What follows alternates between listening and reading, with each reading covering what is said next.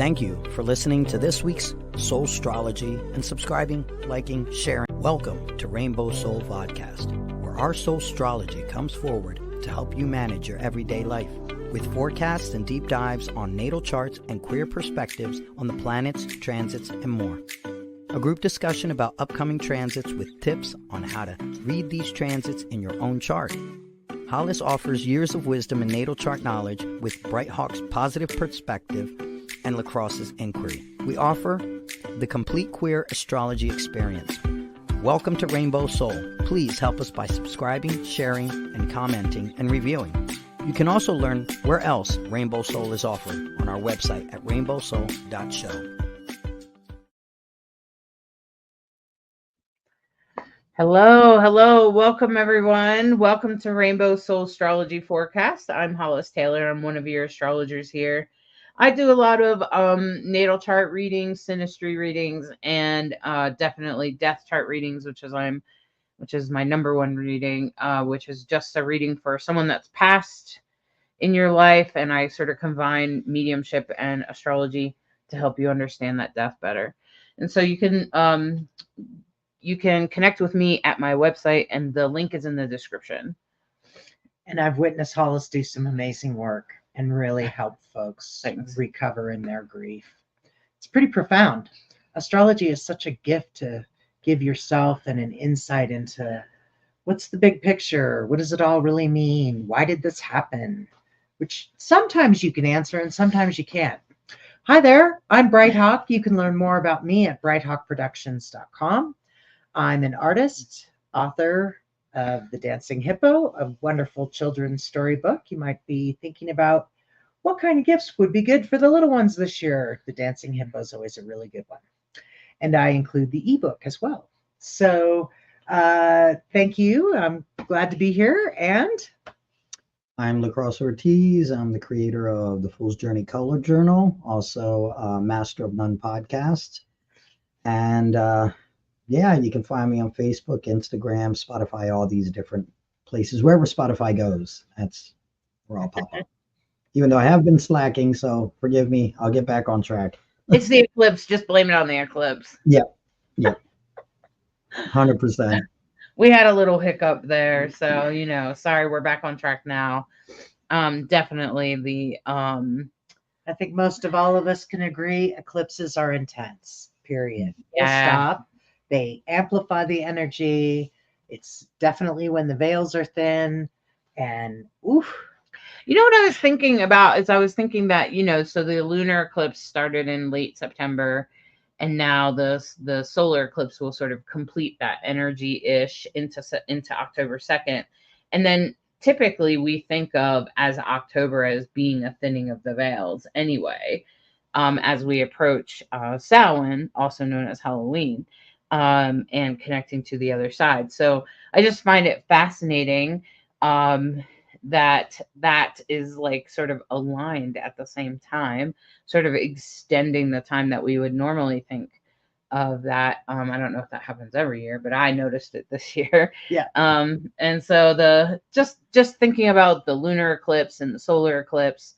And so we'll be talking about that because the solar eclipse is this week. Yeah. Well, it'll happen next year as well, because Aries Libra, this axis point. Will it happen next year? Is it more in the Virgo? The nodes usually Pisces stay in a axis? sign for a couple of years, and since the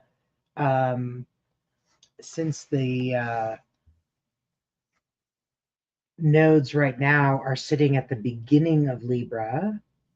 I'm just guessing that it'll be there another year. We could double check, and the answer is nope. It actually moves over to Virgo. So I was pretty sure it did because because it moves backwards. So when it's at the end of the sign, that's right. And they were saying when I was listening to an eclipse report in the lunar eclipse, because the lunar eclipse actually happened in Virgo Pisces.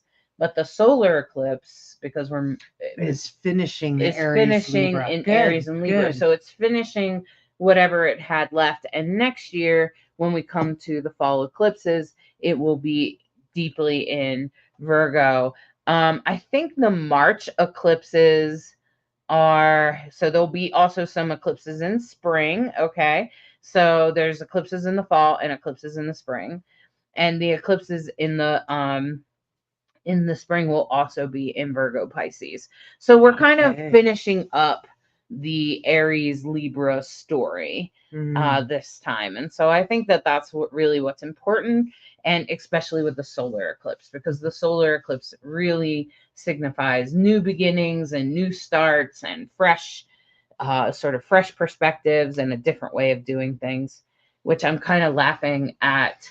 Like my grandson, they were having some issues with my grandson in school, and my grandson is a Virgo rising. Okay. So this is very big deal for him. Okay. And even though he's only 6 or 7 years old, but he'll tell you he's a Virgo rising. Anyway, so the eclipse happened, and at the lunar eclipse, on the day of the lunar eclipse, on the day, we all had a meeting. That's right. We're in our car, and we're helping my son, and they're all having a meeting about him with a cyber school, because my grandson is challenged at school because, or not challenged enough. So he's not challenged enough because he's super smart, but his behavior is out of hand, and it's hard to get a balance on it in a regular school system because they're not challenging him enough. So we're gonna put him in a cyber school where he can learn at his own pace, and then we can work on the behavior problems a little bit easier, because then he won't be so bored, right? Okay, so but we came to that conclusion on the lunar eclipse. Now here's the hilarious part: he will begin school on October the 6th, according to him last night. That's what he told me. He's officially registered for Reach Cyber School in Pennsylvania, and he will be starting October 6th. His parents just validated that this morning. Yeah, that's true. And so that's just a couple days after the solar eclipse. And what we learn is that the eclipse it's not always on the day. Sometimes it's a couple days after. But for Rowan, that's a big deal, right? So for my grandson, that's a big deal for him.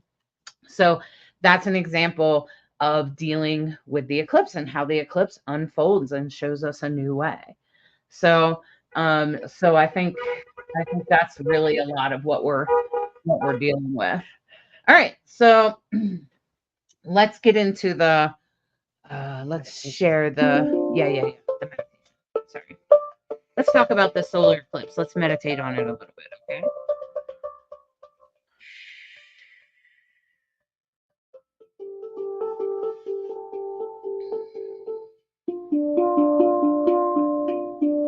Take a few minutes to get quiet in your body.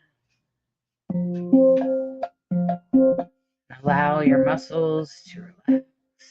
Take a few deep breaths.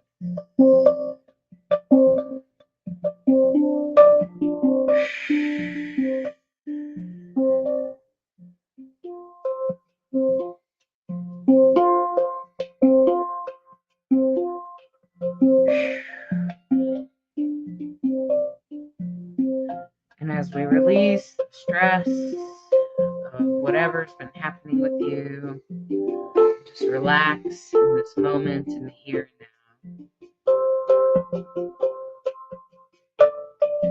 We can imagine a beautiful, cool fall day as we're walking along the path.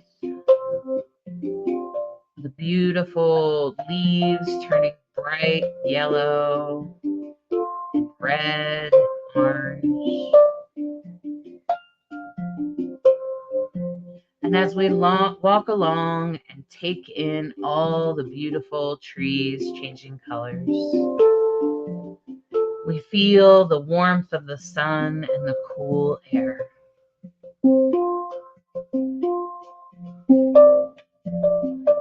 And as we stop for a moment, we start to notice that the warm sun, there is a moon moving in front of the sun, bringing shadow and change to your experience in the here and now. And even your bright experience with the warm sun and the cool air is now changing in that moment exactly. As you feel the moon move across the sun, it cools down some more. The sun's warmth seems to have taken a break from your skin. And there seems to be almost as if the sun is setting, but it's the middle of the day.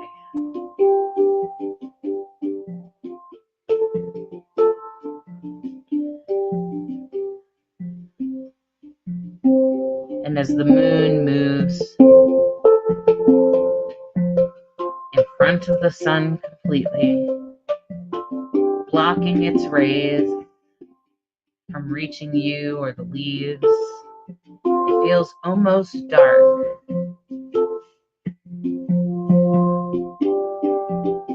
But then, oddly enough, the light comes back again. Within just minutes of you standing there in the forest, feeling the sun's light get stronger in each moment as the moon moves on the opposite side of the sun,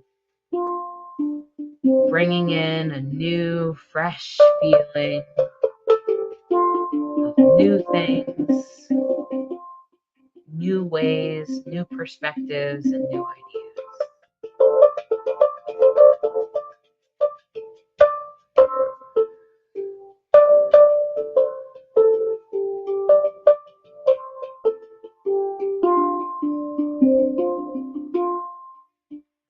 And as you start to feel the sun come back into the fullness of its heat, and as it shines down on you, warming your skin, warming your face, and the light returning to the earth that you're walking in, you feel a sense of hope.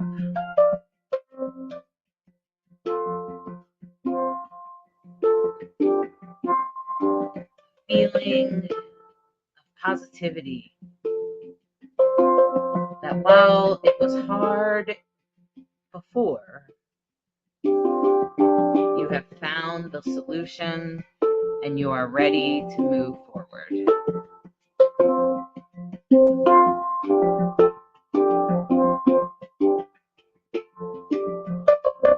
And as you're moving forward, you are warmed by the sun and encouraged by the brightness of the leaves, knowing that change is the only constant. Hard things never stay around.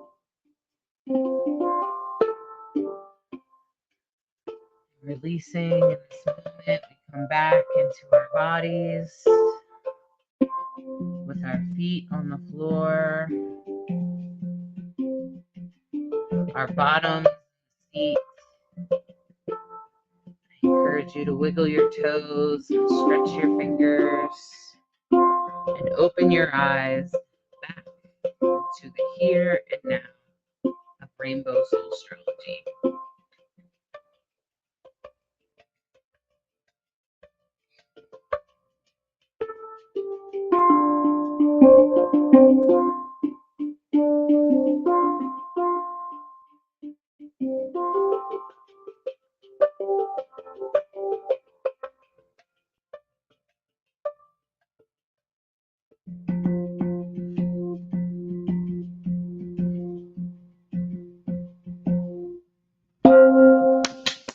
Good job. Well done. I'm glad. Thank you. Likewise. So hopefully everyone is experiencing some of that hope as we go into this week. So I'll show you the charts. Overall, September 30th to October 6th, we have a lot of trine energy. And as you know, trines are blessings from the universe. And, that's a good thing.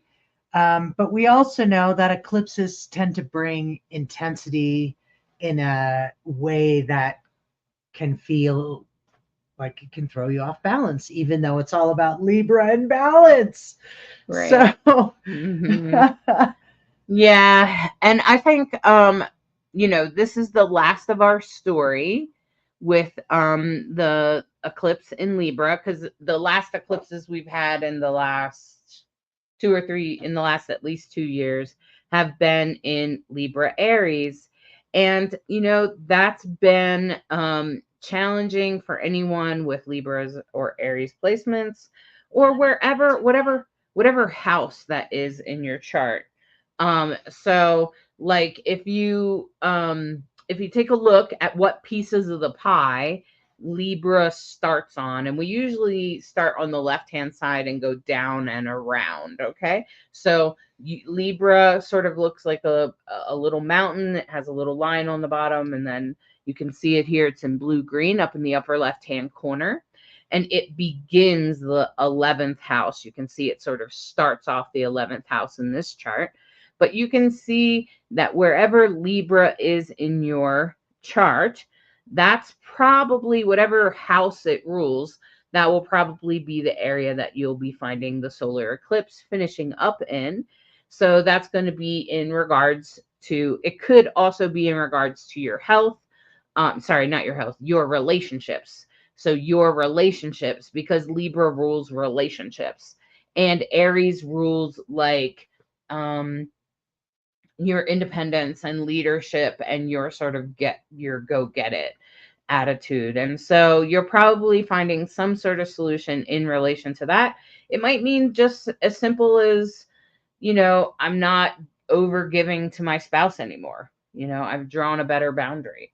I've been more present with my spouse, or something like that. Okay. Or I'm doing something for myself. I'm making sure I get self-care. Right. Okay. well, and in this instance, because the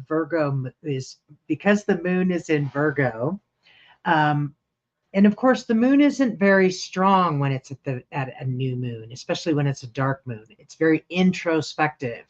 So the good part of this that you can lean into is that a Virgo moon is all about care and nurturing. It's all about solving problems and making sure that things are taken care of.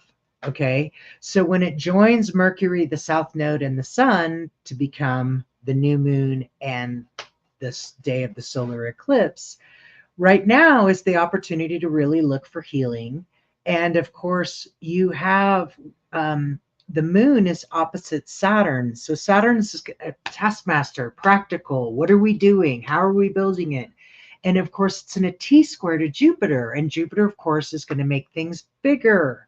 So there's an opportunity for healing here, because this configuration kind of asks you to do those things. And you have a square to Mars, and Mars is going to be itching to make something happen or make something better. So all of this points like in 3 different ways to do your work, take care of what needs taking care of in a very practical way, and you will feel better about it. Because while we have a grand trine in water, I looked at this pretty closely because it lasts most of the week. It involves Venus, Mars, and Saturn. But let's talk about that. A grand trine in water. It's all about how we feel, right? The ocean of emotion. But the problem with this grand trine is all 3 of those players are not in their strength.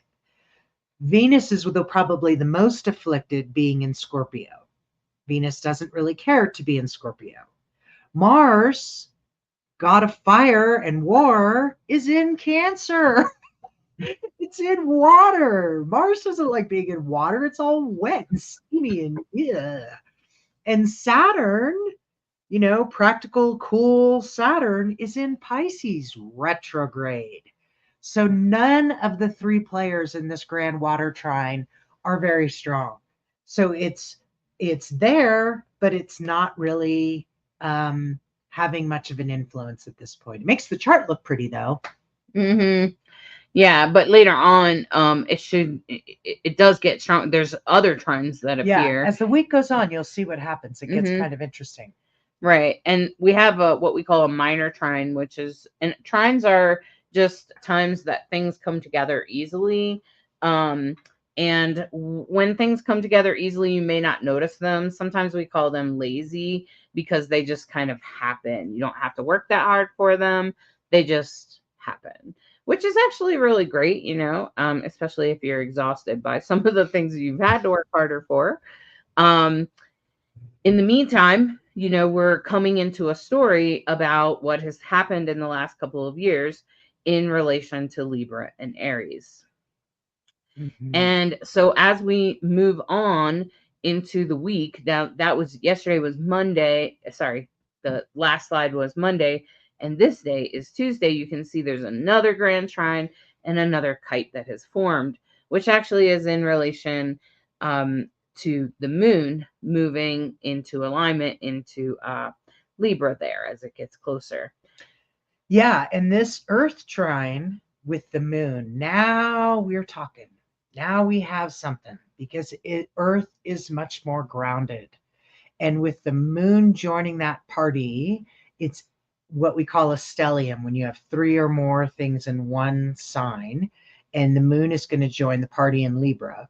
And so the moon goes void on Rocky Mountain time, Tuesday night. Hopefully you go to bed early, 9:38 p.m. It doesn't even last an hour, 10:20 p.m. But definitely time to call it a day.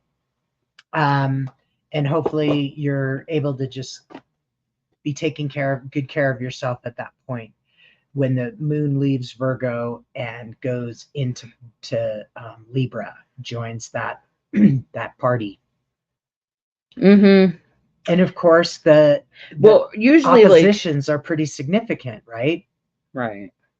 Well, I was thinking that the trines, like normally a water trine is like healing, emotional stuff, and then earth trines are usually like manifesting something physical. Right. So you have Pluto in its last goodbye conversation in Capricorn. You have you still have the moon in Virgo, so that's an earth sign. And then the other piece is that you have Uranus in Taurus. Of course, Uranus is also retrograde. So and Pluto's retrograde. So an earthy trine, but it's going to be reflective. It's going to be grounded. So it's not quite a Star of David, the 2 trines, but it makes the chart look pretty. Mm-hmm. Well, and I think the good thing about this is what I was thinking about this when I was looking at these charts in these couple of days leading up to the eclipse is that we're solving problems here. Yeah. It's like an emotional healing and then realizing, okay, this is how we solve it. This is how we solve the problem that happened, September 16th, 18th, 20th, somewhere in there. Maybe you had some challenges come up and now you're trying to resolve them. And so how are you resolving them? This is how you're resolving them. Right. And so that's really what's coming into play, I think, as we lead up to the eclipse, as we approach the eclipse. And that's even happening on our big world stage, because I've noticed that the media, because there's been an attack on the media for the last couple of years about the way they report news, especially in relation to the election. And yeah, there are times that they've definitely been out of alignment, and I don't know what the hell they're doing half of the time. And so then I'm like, why do you guys keep focusing on this stupid little thing? And I think that it has definitely fed into some of the problems that we're experiencing in the United States. And I noticed that the media is changing.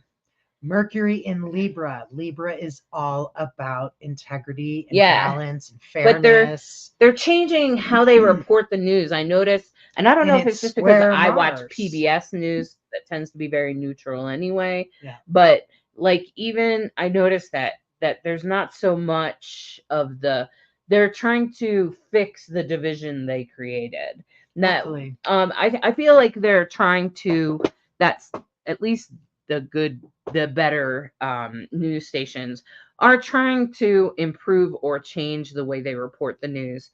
because they realize that that has contributed to the problem. And so Yeah. that's what I'm noticing. They're Yeah. starting to find ways, like the PBS having that talk that we talked about last time between both sides of the political Yeah. split. Yeah. So, and I think stuff like that is really helpful. Well, and you have a great opportunity collectively, the world, Jupiter sextile Chiron, and that again lasts for a good chunk of the week. Jupiter is really amplifying this as an opportunity for healing. This and Neptune retrograde next to the North Node is an opportunity to reflect. Is that true? I'm going to do some more research. Right. Oh, it's not exactly what it seemed like it was.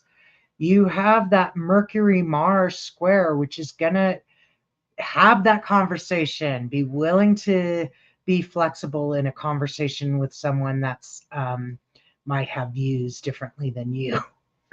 Right.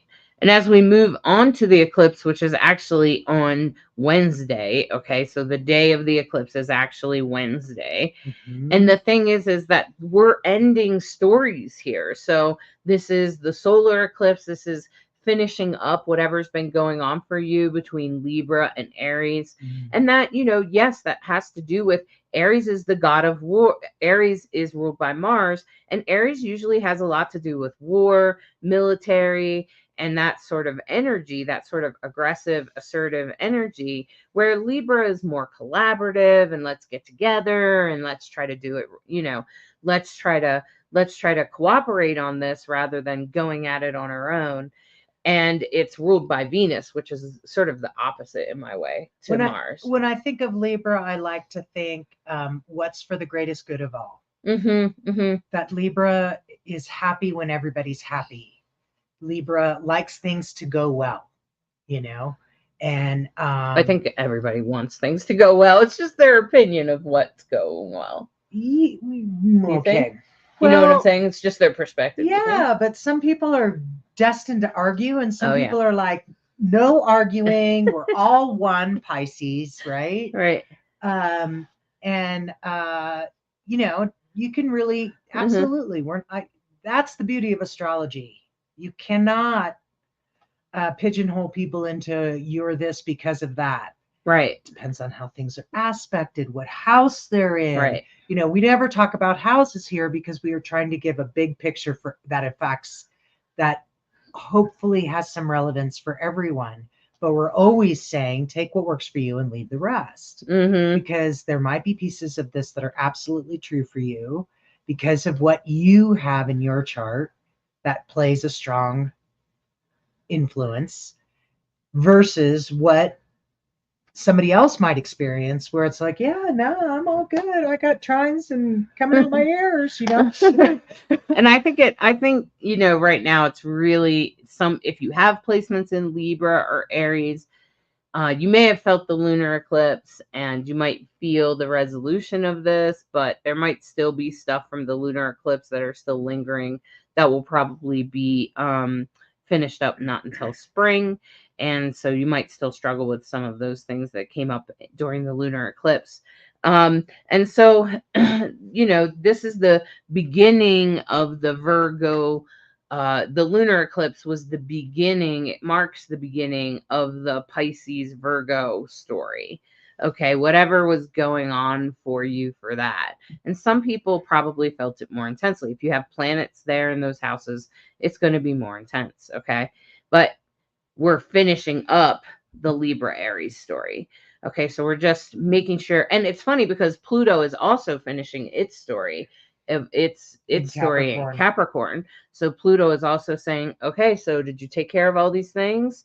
Did you address that? Which is what I addressed about, last year, right? And so Pluto's been working on a list of things with us, both like in our lives personally, but also in the bigger realm, like about our government and how things are run and maybe our election. And do we really need electoral votes anymore? Is that still valid? And, there's a lot of things that we're still trying to finish up on that we need. But the one thing is for sure is that everybody in this country, most people in the United States hate the division. We hate the division. No matter what side you're on, you dislike the division. And that is seems Pluto. pretty universal. And that is Pluto. Pluto creates the division, but now it's going to go into Aquarius, which is the opposite of division. Aquarius is like, let's bring it together. How's the collective? How do we do things that works for everyone? How can we cooperate? What's for the greatest good of all? That's Aquarius. Aquarius. Greatest good of all. So that's great. That will be happening in 2025, and we can look forward to that. But Pluto is making sure that we've dealt with everything that created the division. Okay. Everything that we have wondered about our government and all of that. And also in our personal lives, is there anything that you've been dealing with around your body structure, particularly because Capricorn rules your body structure, the structure of your body, like your skeleton system and stuff like that. And whatever house it's in for you, it's probably sort of poking at some pieces there. It's more of a slow moving thing, but it is coming into resolution now along with these eclipses. I find that it's sort of all coming into resolution now. And like what Rick Levine says is when you find things present in more than one place in a chart, that's really the theme of what people will be feeling, which is a resolution. We're coming to an end. We're dealing with the problems. We've found some solutions. Yeah, I can't help but when you say that, think of that minor trine that's going on all month that involves Uranus retrograde, Pluto retrograde, and Neptune retrograde. Right. Which is all about let's review, let's transform, let's change for the better. But we have to do the work first because all three of them are retrograde. And so that's I think what you just said is smack on. And as we often say, and especially want to honor all our teachers that we learn from, and there's so much to learn. Themes show up over and over. It's usually not just one thing that points to it, but multiple things pointing to it's time to heal. It's time to transform. You've got that Jupiter sextile Chiron. Okay, let's get this healing done. You've got that minor trine that I just talked about. Let's get this healing. Let's look at this. Let's change appropriately. Let's look at what's for the greatest good. And then boom, all this energy starts moving into Libra. And it's like, okay, let's do it. Let's do it in a good way. How can we arrange the house nicely for everyone? Yeah. And I think as we proceed on, we're going to see resolution this week to some of the problems that we've been dealing with, whatever they've been. You'll start seeing resolutions. You'll start taking action. Even that Mars in Cancer, it's in a square to Mercury and the Sun. But I think that square is like more like, okay, I see where that's not going to work. Let me try to do something about that and make this new idea, this new fresh hope, whatever you've come up with to solution, you'll start fixing small hiccups, small problems, finding solutions. And with Mars and Cancer, it might be things that are like, maybe like especially with Cancer, it's about home. It's about how comfortable home is, especially with Mars and Cancer. It can sometimes stir up not so great feelings in home. And so Mars just might stir up some things that you're like, oh, that's not going to work. We got to do this. Right. Okay. And so it's just going to be resolution after resolution, I think. Yeah, because Mars is also squaring Chiron and Jupiter is sextiling Chiron. So again, we're pointing out to the healing, rearranging your house for this. I find fall cleaning just as important and even maybe more than spring cleaning, because now it's like we have to sort of shrink back into our spaces because, pretty soon the weather's not going to be perfect to be outside. What does our space need to support our healing? With Chiron involved, I really think a lot of us are working at our best practices. What are our non-negotiable best practices that we do every morning that help get us going in a really good way? What is that answer for you? And it usually needs to be a little more than a cup of coffee. It needs to be a practice. Like, do you do yoga? Do you meditate? I do gratitude and yoga and meditation, whatever it is that gets you going in a good way. This is saying, do those things. You know what they are for you. Do it, do it, do it. Because this is the perfect opportunity to make that happen. To get it done and to do the solutions that are being presented that you know are perfect for you. There is, some challenges about taking action and about taking act. It could also have something to do with education. People that are dealing with taking their kids back to school. Mars and Cancer. Cancer loves higher education. Mars is about action. I know that we've dealt with my grandson having some trouble in school. I'm sure he's not the only one. And, there are other options these days for schools there are other ways to school your children these days. Yeah, I don't even want to call it trouble. I want to say an opportunity to present it itself painfully that we need to do this differently. How can we do this differently? Yeah. And literally between the lunar eclipse and the solar eclipse, all of it was figured out and taken care of. Yep. So that's the kind of stuff that can happen right now.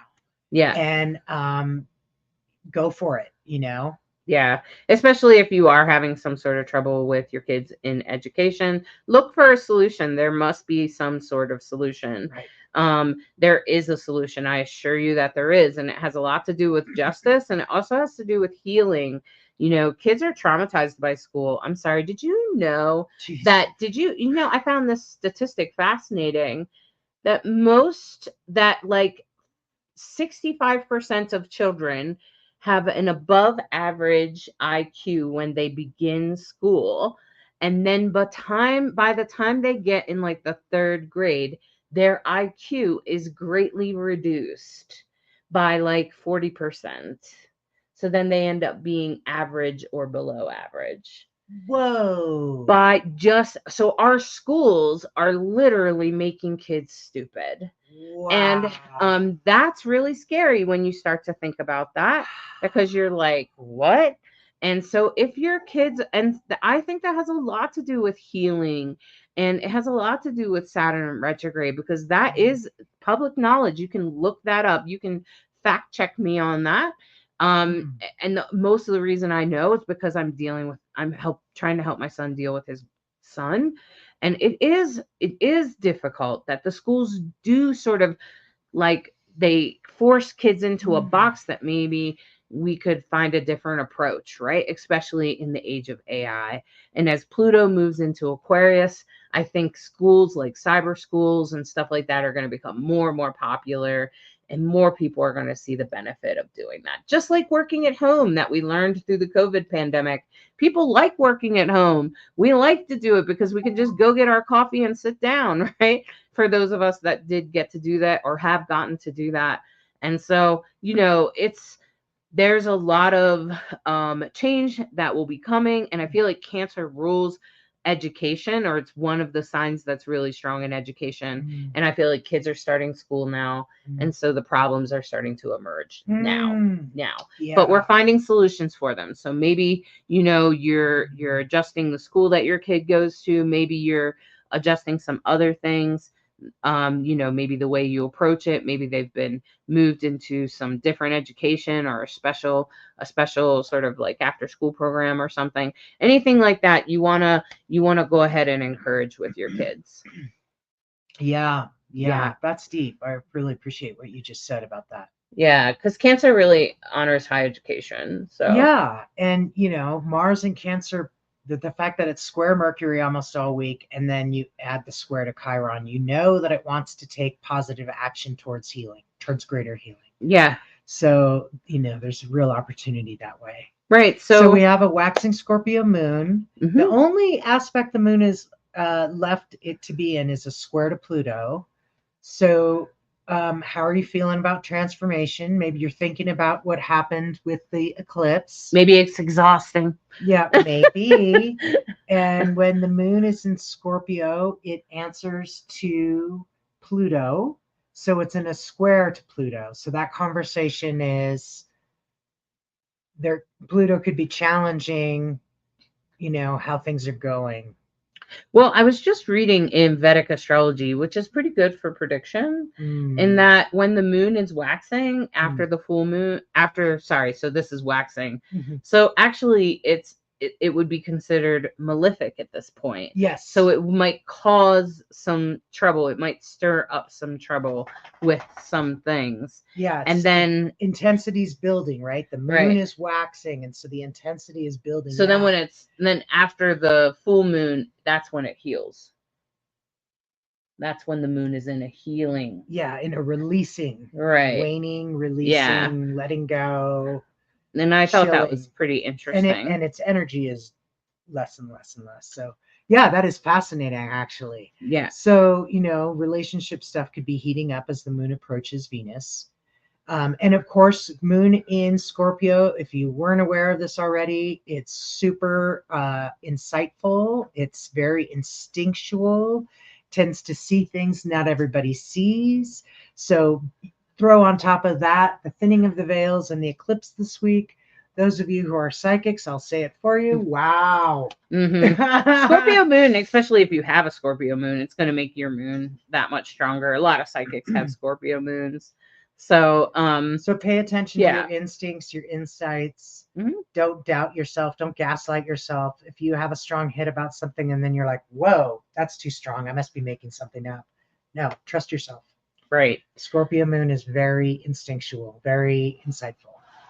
And as we move on into the weekend, I feel like that same resolution energy will be coming through. We'll still be resolving things, finding solutions to things while that trine gets a little bit stronger with the moon in Venus. I feel like that could actually, the moon in Scorpio, I feel like is very, maybe you could have really great intimate time with your lover. You could have great sex at this time. I'm going to say it's moon in Scorpio. Scorpio is a ruler of great sex. Well, there you go. You have it from somebody who knows what they're reading. Yes. Because, and this is when I said it's going to take a long time for this grand trine in water to really light up. This is when it lights up. When the moon joins it, bing! Because now you have Mars and Cancer answering to the moon. Moon and Venus conjunct in Scorpio, which is Scorpio. If you didn't know it, it's a great lover sign. And then it's Saturn. Let's do something. Let's do it. Right. I can totally see this working. Even to help resolve, like maybe your spouse and you have been having some troubles and you've made up, or if you some couples make up in sex, and I think that that's fine as long as it works for you. And I think if anything like that is coming up, because Mars also rules sexuality. Mars is the ruler of Scorpio, but Mars also rules that sexuality. And it would also not just it doesn't have to be sexual. It could also just be intimate. It could also just be that intimate connection. Because Saturn's in Pisces, it could mean a lot of healing in the heart. Yeah. So if something's been going on with your relationship and you need to resolve it, this will be the way. Alexa, stop. Sorry. Yep. So we're almost done. So the weekend, great opportunity to have fun with your lover. I'm not saying make love to your partner on Saturday. But not on Sunday night, right? Because then it's void. Because then the moon is void. Sunday night, the moon is void from 10:52 p.m. to 11:34 p.m. When the moon is void, it means it doesn't have any energy. It's time to be quiet. It's time to do good self-care. Not a lot of drama. Not a lot of oomph. I'm glad it's just void at that time because Sunday night, perfect time for it to be void. Well, I'm just noticing that the moon is directly across from Uranus. In Taurus. Yeah, so, sure is. Opposite Uranus, yeah. I wonder if that's going to have a little bit to do with the Jupiter retrograde that will be happening next week, if that's going to kind of trigger the Jupiter retrograde happenings. Because Jupiter's about to station to go direct next week, like Monday, Tuesday. Jupiter's is already slowing down and starting to sort of go over its path that it will go retrograde on. When Jupiter goes retrograde, we can talk about it more next week, but when Jupiter goes retrograde, it will pretty much, I thought Christopher Renstrom said it in a good way. It kind of does the opposite of what it normally does, but it doesn't mean that Jupiter becomes a malefic planet, which is, a hard planet. Instead, I think it just softens its gifts. It doesn't give as like sort of as freely as Jupiter normally gives. Now Jupiter might be like, are you sure you want this? Is this really what you want? Is this really what you need?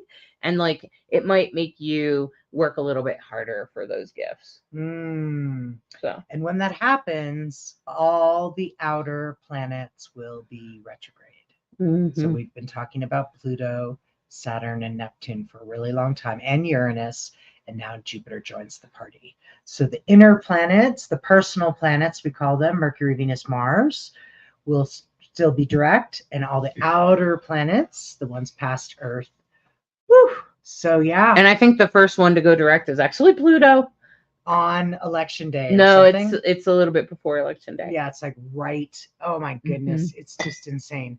So nice part is they're to me, while we're just going to confirm what we've said before, while the time of eclipses tends to be very intense, it's nice to see that this eclipse is accompanied with a lot of really big trine energy.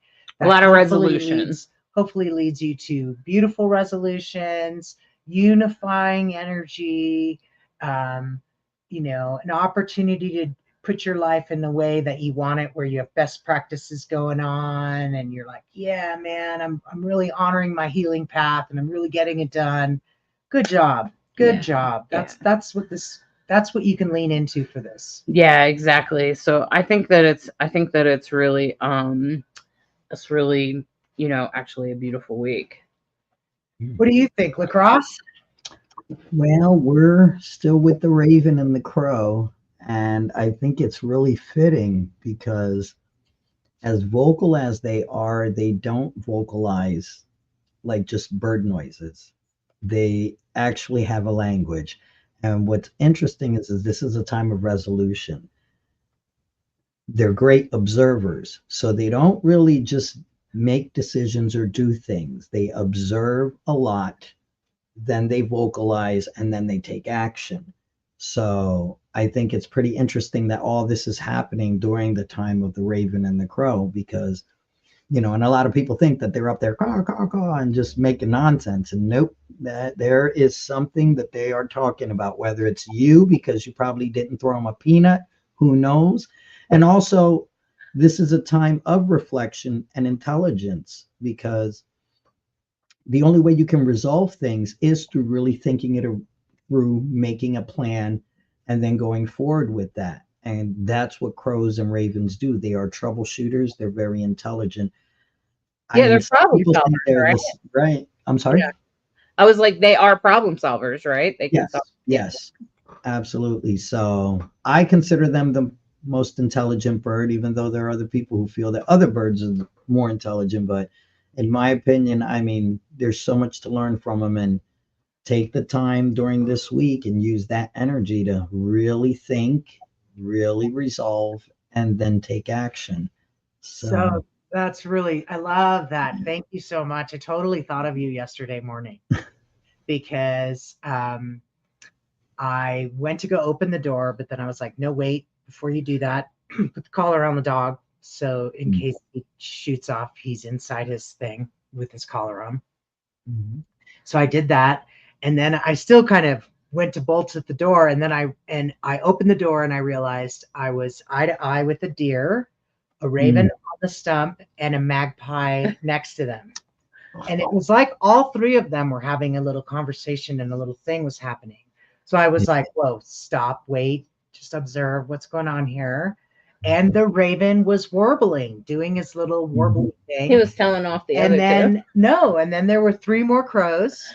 And the magpie, you almost always see magpies in pairs. So after I waited just a second, then I saw the pair.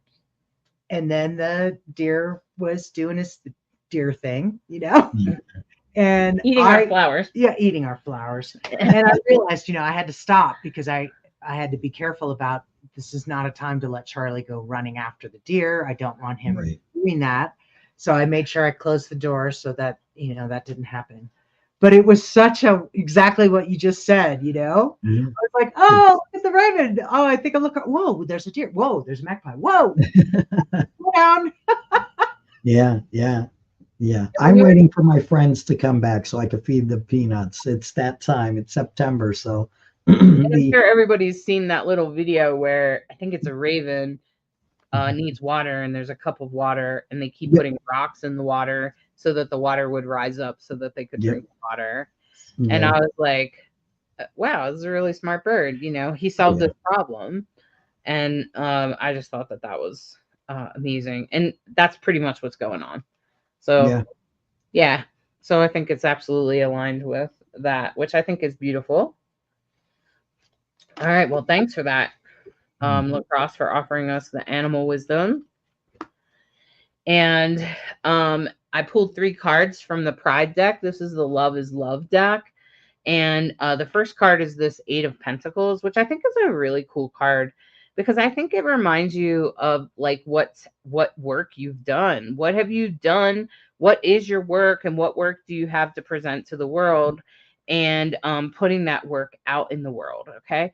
And that's really important. Because this is to honor what you have done. And I think if we don't give ourselves credit for the work we have done, that's when we find ourselves procrastinating next time when we don't really want to do it. But if you just give yourself credit for that work, you're more likely to do it next time. And so this is a reflection of the past, maybe what work you've been doing to resolve the problems. Maybe you had to do some research or you had to do something, right? Okay. And so as you find the resolution, that's pretty much what the 10 of Cups is. It's about a celebration. It's about, woohoo, we finally did it. And this is what's coming about because of it. And this is what's happening. And this is for the here and now. This is this week. The 10 of Cups is pretty much woohoo, like a celebration of all the good things that have happened and of the good that is coming forth. And that's really important with the 10 of Cups. It's about a celebration and about what we're birthing and bringing forth.